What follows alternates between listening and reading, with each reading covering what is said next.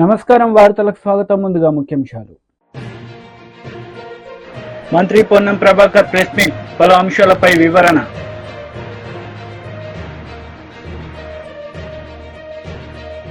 YCP leader Jogi Ramesh press meet, ఇరు పార్టీలపై fire.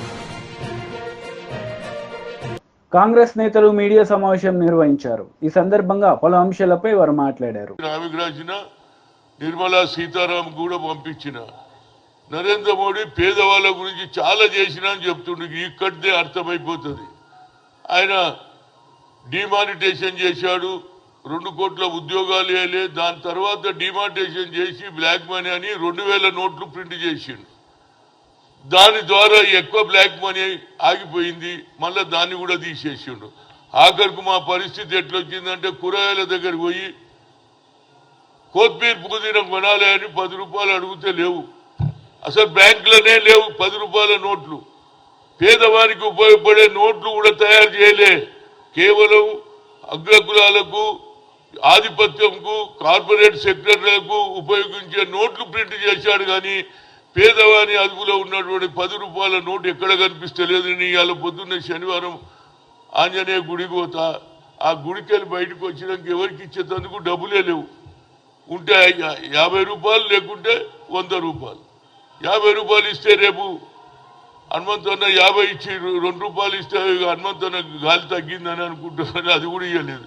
కనుక నా ఉద్దేశంలో 10 రూపాయల నోట్లు తప్పనిసరిగా ప్రింట్ చేయాలి. బజార్లో రావాలి. ఏ కిరాణా దుకాణం పోయినా లేదు. చాయ్ ఎవడన్నా ఏది పాన్ తిందామన్నా కూడా 10 రూపాయలు నయ్యే. కూరగాయలు, కొత్తిమీర పుదీనా కూడా పైసలు లేకుండా అయిపోతుంది. కనుక నరేంద్ర మోడీ గారు అదేవిధంగా నిర్మలా సీతారాంకి ఇద్దరికి లెటర్ రాసినా మీకు పంపిస్తా. ఇది చాలా అన్యాయం. కోటీశ్వర్లకే పట్టం కడుతున్నారు. ఇవాళ కరెక్ట్గా ధనవంతులు ఈ జరిగే ఇవాళ లాస్ట్ డే, ఇవాళ కూడా ఎలక్షన్ జరుగుతుంది. ఇది ధనవంతులకు పేదవారి నడుమ జరిగే ఎన్నిక. దానికే రాహుల్ గాంధీ మొదటి నుంచి బడుగు బలహీన వర్గాల గురించే మాట్లాడుతున్నారు. తప్పనిసరిగా ప్రతి పేదవాడు, ప్రతి బడుగు కలిగిన ఎస్సీ కావచ్చు, ఎస్టీ కావచ్చు, మైనార్టీ కాదు, తప్పనిసరిగా ఇండియా కూటమిని గెలిపియాలి.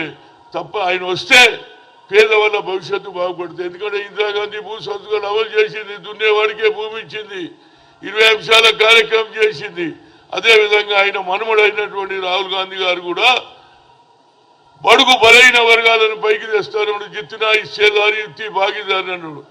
కనుక వాళ్ళ భవిష్యత్తు బాగుండాలంటే ప్రతి ఒక్కరు కూడా ఈ లాస్ట్ ఎలా ఇప్పటిదానికి అందరూ కూడా బడుగు బలైన వర్గాలకి ఎక్కడ చూసినా అప్కే ఇండియా ఇండియా ఇండియా ఇంకా అంటున్నారు.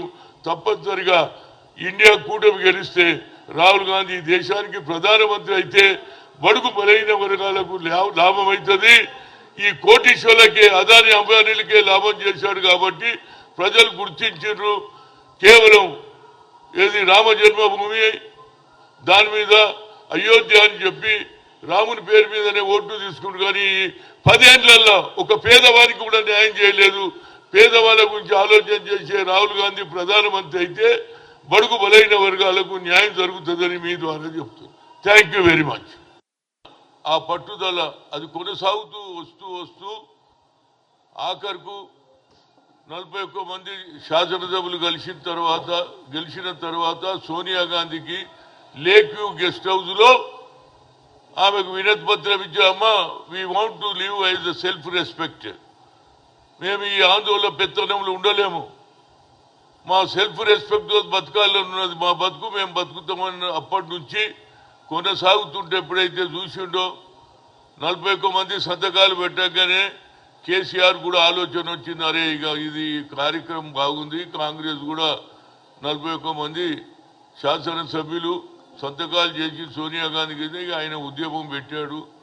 ఫైనల్గా ఎప్పుడైతే 1200 మంది చనిపోతున్నారో ఆమె తెలుసుకున్నది ఈ ఆంధ్ర ప్రాంతంలో ఉన్న నాయకులు వ్యతిరేకం చేసినా పర్వాలే, నో మోర్ క్యాజువాలిటీ అని ఆమె తెలంగాణ ఇస్తాన్నది ఇచ్చింది. దాని ప్రతిఫలమే రేపు జరగబోయే తెలంగాణ అవతరోత్సవం సభకు ముఖ్యమంత్రి రేవంత్ రెడ్డి గారు దీనికి సలామీ తీసుకుంటాడు. అదేవిధంగా ఫ్యూచర్లో ప్రభుత్వానికి ఎలాంటి బడుగు బలైన వర్గాలకు సోనియా గాంధీ ఆదేశాలు, రాహుల్ గాంధీ ఆలోచనలను ఇంప్లిమెంట్ చేయడమే కాకుండా 6 డిక్లరేషన్ కూడా చేస్తారు. దీనికి సోనియా గాంధీ గారు కూడా తుక్కుగూడలో బహిరంగ సభలో మాట్లాడింది. మళ్ళీ ఎల్బీ స్టేడియంలో ఏ దినమైతే గెలిచిన తర్వాత ముఖ్యమంత్రి హోదా తీసుకునేటప్పుడు అప్పుడు కూడా ఈ 6 డిక్లరేషన్ చెయ్యాలని చెప్పింది. కానీ కొన్ని కారణాల వల్ల ఆమె డాక్టర్ల అడ్వైజ్ అనుకో ఆమెకు అక్కడ బాగా ఎండలు ఉన్నది. నేను నాగ్పూర్లో చూసినా 50 దాటిందని. అలాంటి పరిస్థితులు రాకపోయినా ఆమె ఆశీర్వాదం తప్పనిసరిగా. టీడీపీ లీడర్ మీడియా సమావేశం నిర్వహించారు. ఈ సందర్భంగా పలు అంశాలపై ఆయన మాట్లాడారు. శిక్షణ ఇది మేము చెప్పింది. కౌంటింగ్లో అప్రమత్తంగా ఉండాలి. చీఫ్ పోలింగ్ ఏజెంట్లకు టీడీపీ నాయకత్వం దిశానిర్దేశం. ఫోటోలు కూడా చక్కగా అన్ని పేపర్లో వచ్చినాయి. చంద్రబాబు నాయుడు గారు ఫిజికల్గా లేకపోవడం, పోనీ ఆయన ఏదన్నా జూమ్లోనూ దేంట్లోనో మాట్లాడిన ఎక్కడ సోషల్ మీడియాలో వచ్చుంటే ఖచ్చితంగా చంద్రబాబు నాయుడు గారు ఇది ఇలా చెప్పారు అలా చెప్పారని సాక్షి కొంచెం రాసినా దానికి ఏదో కొంత అర్థం ఉంటుంది. కానీ దౌర్భాగ్యం కవించి కలపడాలి అని మేము చెప్పామని సాక్షిలో రాస్తారు. దీనికి కారణం ఏంటి? 29/5/2024 సజ్జల రామకృష్ణారెడ్డి వాళ్ళ చీఫ్ ఏజెంట్ల మీటింగ్లో మనకు రూల్స్ లేవు, ఏమి లేవు, కలపడండి అని చెప్పిన దాని మీద మేము పోలీస్ కంప్లైంట్ ఇచ్చి ఎఫ్ఐఆర్ బుక్ చేసాం. ఇది ఫస్ట్ టైం ఆయన జీవితంలో మెట్రిక్ కింద పట్టాకి మొదటి అంకం. సకల శాఖ మంత్రిగా వైసీపీ వాయిస్గా ఉన్న సజ్జల రామకృష్ణారెడ్డి నిన్న 29/5 మొన్న చెప్పిన ఆ చీఫ్ ఏజెంట్ల మీటింగ్లో చెప్పిన దాని మీద ఎఫ్ఐఆర్ ఫైల్ చేస్తే, మేము కంప్లైంట్ ఫైల్ చేస్తే ఎఫ్ఐఆర్ కూడా బుక్ అయింది ఆయన మీద. సరే ఇది ఏమవుతుంది ఏంటనేది పక్కన పెడితే, అంటే మేము చెప్పేది ఏంటంటే, మిస్టర్ సజ్జల రామకృష్ణారెడ్డి నీకేం దమ్ముంటే, అమ్మ పాలు తాగుంటే నువ్వు కూడా కంప్లైంట్ ఇచ్చుకో. చంద్రబాబు నాయుడు ఇలా అన్నాడు ఈ మీటింగ్లో, కంప్లైంట్ ఇచ్చుకో, ఎవిడెన్స్ చూపించు. నిన్న మేము పోలీస్ కంప్లైంట్ ఇచ్చినప్పుడు నీ ఎవిడెన్స్, నీ వీడియో మొత్తం పోలీస్ స్టేషన్లో ఇచ్చాం. మంగళగిరి రూరల్లో, తాడేపల్లి రూరల్లో వాళ్ళు ఎఫ్ఐఆర్ కూడా బుక్ చేశారు. అలాగే మేము నిజంగా ఇటువంటిది కవ్వించి కలపడాలని చెప్పి చంద్రబాబు నాయుడు గారు చీఫ్ ఏజెంట్ల మీటింగ్లో చెప్పుంటే, నీకు నేను చేతనవుతే నువ్వు పోలీస్ కంప్లైంట్ ఇవ్వు. ఇంకా అధికారంలో నువ్వే తెచ్చావు కదా. అంతేగాని నీ పేపర్ ఉందని ఈ ముచ్చట కూడా 3 రోజులే, ఖచ్చితంగా ఇవాళ నుంచి 3 రోజుల్లో నీ ముచ్చట్లన్నీ కరిగి ఆవిరైపోయే పరిస్థితి వచ్చింది. అందుకని వాళ్ళ పోలీసులు కూడా సజ్జల రామకృష్ణారెడ్డి లాంటి వ్యక్తి మీద ఎఫ్ఐఆర్ కడతాకి వాళ్ళే వెనకాళ్ళ. అదే ఒక 6 నెలల కిందట సజ్జల రామకృష్ణారెడ్డి మీద ఎఫ్ఐఆర్ కట్టాలంటే ఈ వ్యవస్థలో మాకు అయ్యే పని కాదు. కాబట్టి నీ దిగజారుడు, నీ పతనం స్టార్ట్ అయింది. ఒక మెట్టు కిందకు వచ్చావు నువ్వు ఆల్రెడీ. నీ నాయకుడు కూడా దాదాపుగా ఒక నిర్ణయానికి వచ్చారు, మనం ఇక ఉండవు అని. ఈ పరిస్థితుల్లో కొద్ది గొప్ప విఘ్నత ఉన్న మనిషి ఎవడైనా కూడా ఎవరిని నొప్పించకుండా బ్యాలెన్స్డ్గా వాళ్ళకి పబ్లిక్ నుంచి ఇబ్బంది లేకుండా మాట్లాడే అలవాటు చేసుకుంటారు. కానీ మీరేం మారలా. మీ అలవాట్లు, మీ దుష్ప్రచారం ఏమీ మారలేదు, మారవు కూడా. అది మారాలంటే 4వ తారీఖు సాయంత్రం అవుతుంది. చంద్రబాబు నాయుడు మీటింగ్లో ఎక్కడ ఉన్నాడు? ఇదిగో 3 పేపర్ల ఫోటోలు కూడా వేశారు. డాయస్ మీద ఎవరుంది? అచ్చెన్నాయుడు గారు రావాల్సిన మీటింగ్కి యనమల గారు వచ్చి చెప్పడం జరిగింది. మిగతా వాళ్ళందరూ కూడా ఒక్కొక్క సబ్జెక్ట్ మీద ఒక్కొక్క గంట, అరగంట అలా చెప్పారు. 4ంటికి మీటింగ్ క్లోజ్ చేశాం. చంద్రబాబు నాయుడు గారు వచ్చి మాట్లాడినట్టు ఎక్కడన్నా సోషల్ మీడియాలో వచ్చిందా? సోషల్ మీడియా తెలుగుదేశానికి కూడా ఉంది కదా. ఒకవేళ నిజంగా చంద్రబాబు నాయుడు గారు జూమ్లో మాట్లాడుంటే ఖచ్చితంగా మేము దాన్ని పబ్లిసిటీ చేసేవాళ్ళం. YCP leader Jogi Ramesh press meet నిర్వహించారు. ఈ సందర్భంగా పలు అంశాలపై ఆయన మాట్లాడారు. తెలుగుదేశం పార్టీ గగ్గోలు పెట్టే తెలుగుదేశం పార్టీ సోషల్ మీడియా ఇన్నిసార్లు అడుగుతా ఉన్నా గానీ కనీసం సమాధానం చెప్పటానికి కూడా ముందుకు రావట్లేదంటే అసలు దీంట్లో ఉన్న రహస్యం ఏంటి? చంద్రబాబు నాయుడు ఏ దేశానికి పోయాడో తెలీదు, ఎక్కడున్నాడో తెలీదు, విశ్రాంతి కోసం వెళ్ళాడో తెలీదు, వైద్య పరీక్షల కోసం వెళ్ళాడో తెలీదు, పెట్టుబడుల్ని ఆకర్షించటం కోసం వెళ్ళాడో తెలీదు, పెట్టుబడులు ఆకర్షితుడై పెట్టుబడులు పెట్టడం కోసం వెళ్ళాడో తెలియదు. నల్లధనం మొత్తం కూడా తీసుకెళ్లి ఎక్కడన్నా ఏ దేశంలో పెట్టాడో అది తెలియదు.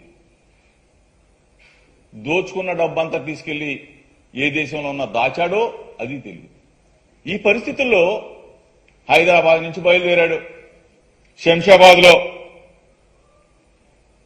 అక్కడ ఇమిగ్రేషన్ అధికారులు ఇతను స్కాములో ఉన్నాడు కదా, స్కిల్ డెవలప్మెంట్ స్కామ్లో ఉన్నాడు, ఇంకా స్కాముల్లో చాలా అట్లో ఉన్నాడు. అభ్యంతరం పెట్టారు. ఆ తర్వాత పేపర్లు ఏవి చూపించారు, వదిలిపెట్టారు. వదిలిపెట్టిన తర్వాత ఇతను గాని ఇతను కొడుకు గాని అమెరికాలో వెళ్తున్నాడని చెప్పేసి ఒక వార్త. తీరా చూస్తే అమెరికా అంతా కాలించారంట. అక్కడ తెలుగుదేశం పార్టీ ఎన్ఆర్ఐ విభాగానికి సంబంధించిన కోమటి జయరాం, చంద్రబాబు నాయుడు అమెరికా రావట్లా, మాకే కనపడలా అని చెప్పేసి ఆయన ఒక పత్రికా ప్రకటన. అక్కడ లేడు. ఇంతకీ ఎట్లయిపోయాడు అంటున్నారు. ఎట్లలో చంద్రబాబు నాయుడు ఏ దేశం వెళ్ళినా చంద్రబాబు నాయుడు చేసేది ఏంటంటే ముందు ప్యారిస్ వెళ్ళాడు అనుకోండి, ఆ ఈఫిల్ టవర్ ముందు ఒక ఫోటో దిగుతాడు, ఆ ఫోటో పంపిస్తాడు. లండన్ పోయాడు అనుకోండి, ఆ బుల్లెట్ ట్రైన్ ముందు ఒక ఫోటో దిగుతాడు, ఆ ఫోటో పంపిస్తాడు. సింగపూర్ పోయాడు అనుకోండి, సింగపూర్ రోడ్ల మీద ఫోటో దిగుతాడు.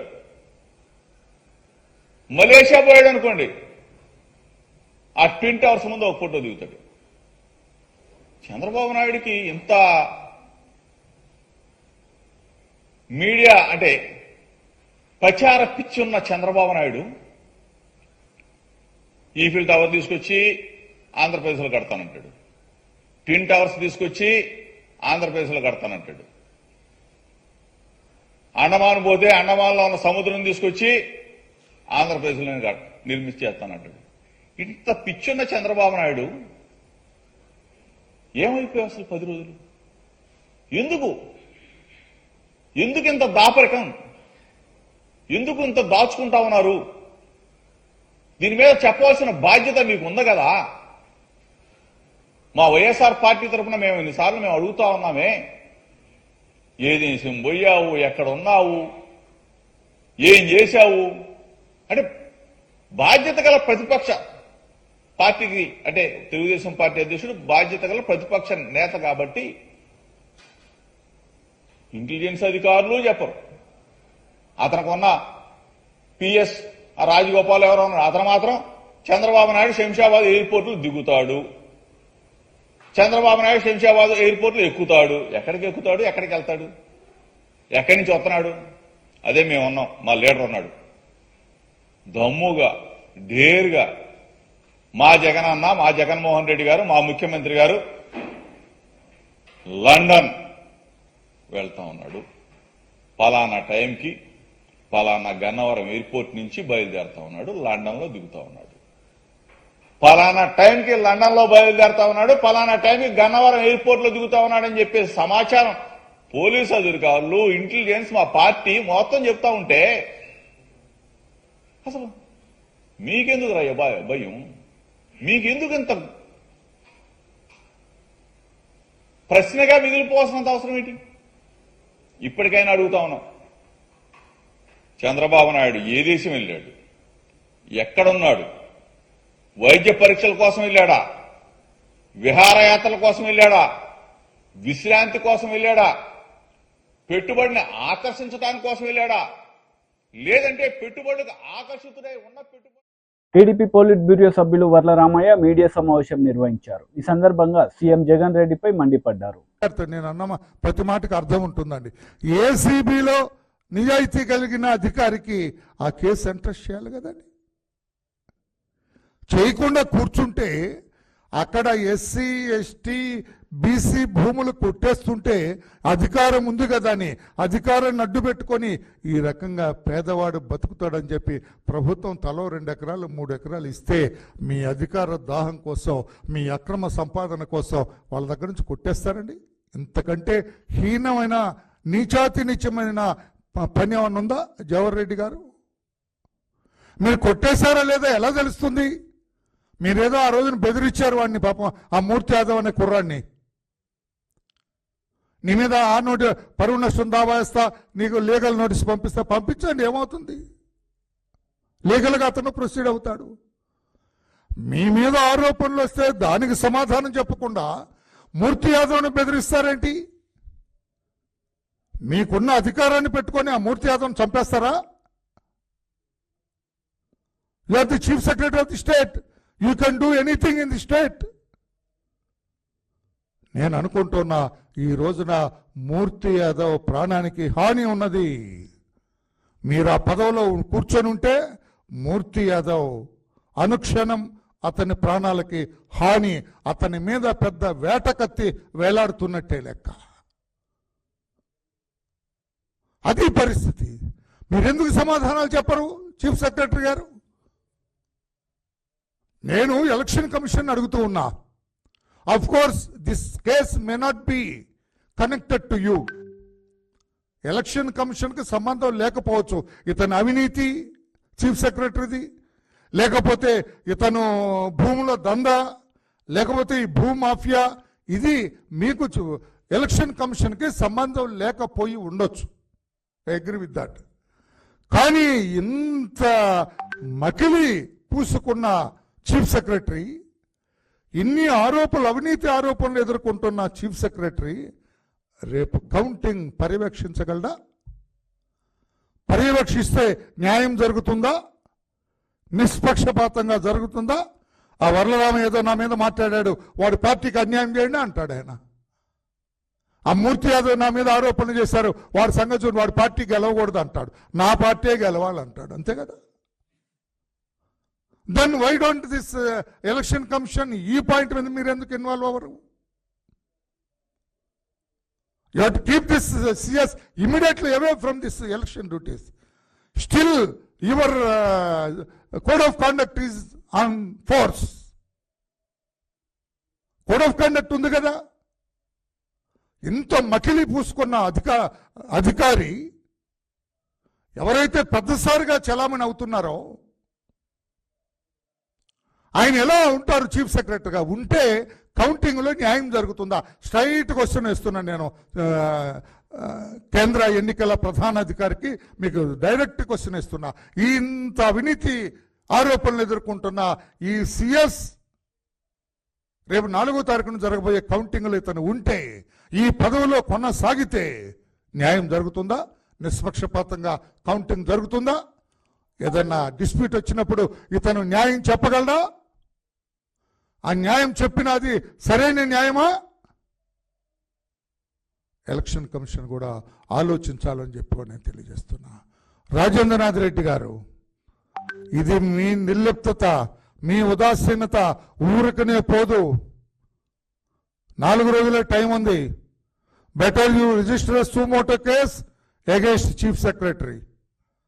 అది మీకు కూడా మంచిదని చెప్పి, మీ వృత్తి ధర్మానికి మంచిదని చెప్పి కూడా నేను తెలియజేస్తున్నా. కాస్తో కోస్తో పోలీసింగ్ తెలిసిన వాడిగా తెలియజేస్తున్నా. ఏసీబీ చీఫ్గా you have to order for suo motu case to be registered. Register చేయకపోతే మీరు మీ విధి నిర్వహణలో మీరు అనవసరంగా చీఫ్ సెక్రటరీకి ఒత్తాసు పలికినట్లు లెక్క, న్యాయపరంగా వ్యవహరించనట్లే లెక్క అని చెప్పి కూడా తెలియజేస్తున్నా. నేను అడుగుతున్నా చీఫ్ సెక్రటరీ గారు, who is this Trilok? Trilok అనే వ్యక్తి మీకు సంబంధం ఉందా? లేదు. ఉంది. చెప్పండి సమాధానం. మీరు మూర్తి యాదవ్ని బెదిరించినట్లు వరలరామయ్యని బెదిరించలేరు కదా. నేను ఇప్పుడు అడుగుతున్నా, సరిగా ఒక ప్రశ్న వేస్తున్నా. గౌరవ చీఫ్ సెక్రటరీ గారు, హూ ఇస్ దిస్ త్రిలోక్?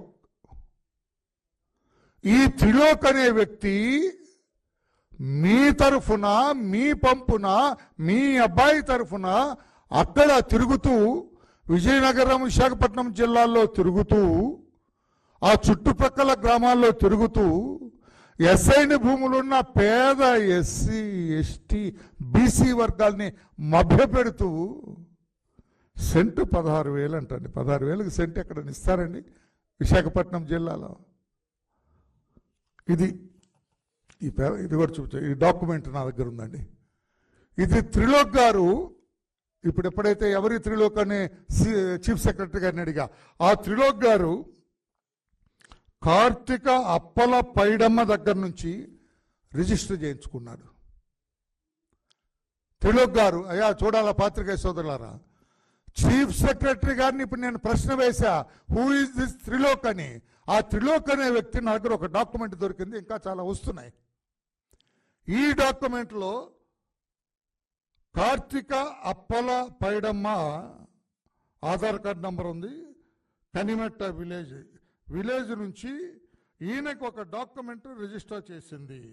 అందులో 38 సెంట్లు భూమి వీరికి అమ్మింది.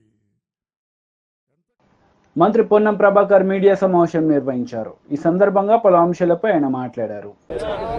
భవిష్యత్ తెలంగాణ ప్రజల ఆకాంక్షకు అనుగుణంగా ఏ విధంగా ఉండాలో ఒక ఆలోచన తీసుకోపోయే విధంగా మరి రేపటి ఈ యొక్క ఆవిష్కరణ దినోత్సవాలు జరుగుతూ ఉన్నాయి. సరే, రాజకీయంగా ఇది విమర్శలకు వేదిక కాదు.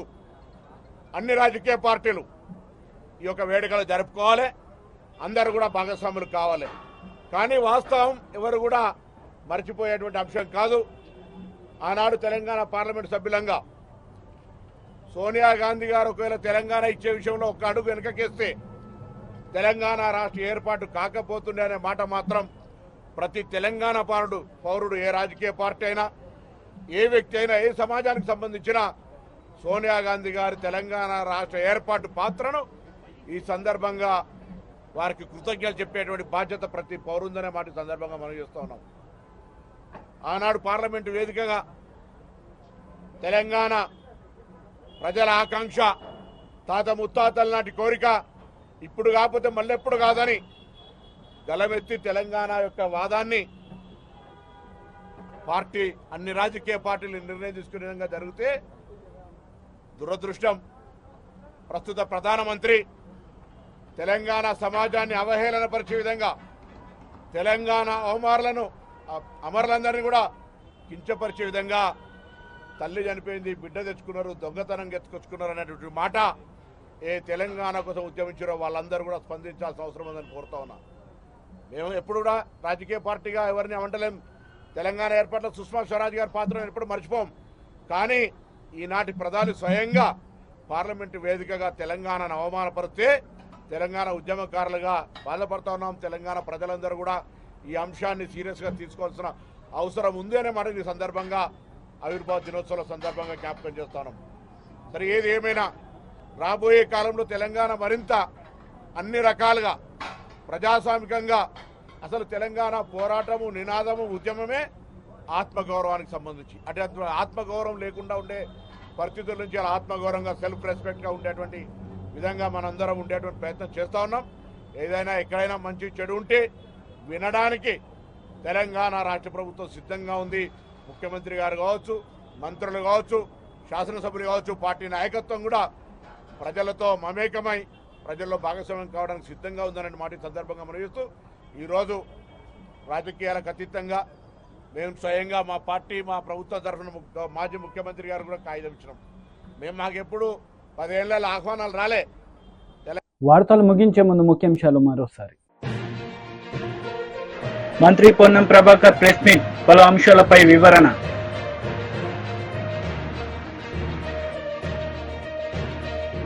YCP leader Jogi Ramesh press meet, ఇరు పార్టీలపై ఫైర్. ఈ వార్తలు ఇంతటితో సమాప్తం. తిరిగి ప్రసారమయ్యే వార్తల్లో మళ్ళీ కలుద్దాం. అంతవరకు సెలవు. నమస్తే.